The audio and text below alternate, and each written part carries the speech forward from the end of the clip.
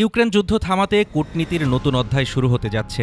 প্রথমবারের মতো একই টেবিলে বসছেন ইউক্রেন, রাশিয়া ও যুক্তরাষ্ট্রের কর্মকর্তারা। সংযুক্ত আরব আমিরাতের রাজধানী আবুধাবিতে আজ ও আগামীকাল অনুষ্ঠিত হবে এই ত্রিপক্ষীয় বৈঠক। এই বৈঠককে যুদ্ধ অবসানের পথে গুরুত্বপূর্ণ অগ্রগতি হিসেবে দেখছেন ইউক্রেনের প্রেসিডেন্ট ভলোদিমির জেলেনস্কি। প্রায় 4 বছর ধরে চলা ইউক্রেন রাশিয়া যুদ্ধ। দ্বিতীয় বিশ্বযুদ্ধের পর ইউরোপের সবচেয়ে বড় এই সংঘাতে প্রাণ হারিয়েছেন হাজারো মানুষ, ঘর ছাড়া হয়েছেন লাখো ইউক্রেনীয়। এই যুদ্ধের অবসান ঘটাতে এবার একসঙ্গে আলোচনায় বসতে যাচ্ছে ইউক্রেন, রাশিয়া ও যুক্তরাষ্ট্র। ইউক্রেনের প্রেসিডেন্ট ভলোদিমির জেলেনস্কির ভাষায় এটাই হবে 3 দেশের মধ্যে প্রথম ত্রিপক্ষীয় বৈঠক। এই আলোচনার আগে সুইজারল্যান্ডের দাভোসে মার্কিন প্রেসিডেন্ট ডোনাল্ড ট্রাম্পের সঙ্গে বৈঠক করেন জেলেনস্কি। বৈঠকের পর জেলেনস্কি জানান, ইউক্রেনের জন্য নিরাপত্তার নিশ্চয়তা এবং যুদ্ধ পরবর্তী অর্থনৈতিক পুনর্গঠন নিয়ে একটি চুক্তি প্রায় চূড়ান্ত হয়েছে। জেলেনস্কি বলেন, আমি মনে করি এই ত্রিপক্ষীয় আলোচনা ভালো কিছু বয়ে আনতে পারে। নথিগুলো এখন আগের চেয়ে অনেক ভালোভাবে প্রস্তুত করা হয়েছে।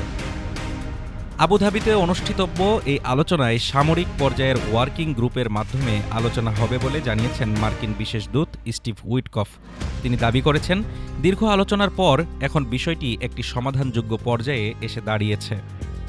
মার্কিন এই বিশেষ দূত স্টিভ উইটকফ বলেন, আমার মনে হয় আমরা এখন একটি মাত্র বিষয়ে এসে পৌঁছেছি। যদি দুই পক্ষই সমাধান চায় তাহলে সেটি সম্ভব। এরই মধ্যে মার্কিন বিশেষ দূত স্টিভ উইটকফ এবং প্রেসিডেন্ট ট্রাম্পের জামাতা জেরেড কুশনার রাশিয়ার রাজধানী মস্কো সফর করেছেন। উদ্দেশ্য, রুশ প্রেসিডেন্ট ভ্লাদিমির পুতিনের সঙ্গে আলোচনা।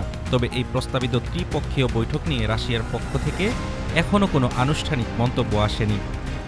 জেলেনস্কির সঙ্গে বৈঠকের পর মার্কিন প্রেসিডেন্ট ডোনাল্ড ট্রাম্প বলেন, পুতিনের উদ্দেশ্যে তার বার্তা স্পষ্ট, ইউক্রেনের যুদ্ধ শেষ হতেই হবে। তবে তিনি এটিকে চলমান প্রক্রিয়া হিসেবেই দেখছেন। এদিকে জেলেনস্কি ইউরোপীয় মিত্রদেরও কড়া সমালোচনা করেছেন। রাশিয়ার বাজেয়াপ্ত সম্পদ ইউক্রেনের প্রতিরক্ষায় ব্যবহার না করায় তাদের ব্যর্থতার কথা তুলে ধরেন তিনি। নেটো মহাসচিব মার্ক রুতে ট্রাম্পের উদ্যোগের প্রশংসা করলেও ইউক্রেন এখনও রুশ ক্ষেপণাস্ত্র ও ড্রোন হামলার মুখে, সামরিক সহায়তা তাই এখনও প্রয়োজন। সব পক্ষের আলাদা আলাদা আলোচনা, কূটনৈতিক নতুন উদ্যোগ এবং প্রথম ত্রিপক্ষীয় বৈঠক, সব মিলিয়ে প্রশ্ন একটাই, এই আলোচনা কি সত্যি ইউক্রেন যুদ্ধের ইতি টানতে পারবে? হাফিজুর রহমান তুষার, ঢাকা টুডে।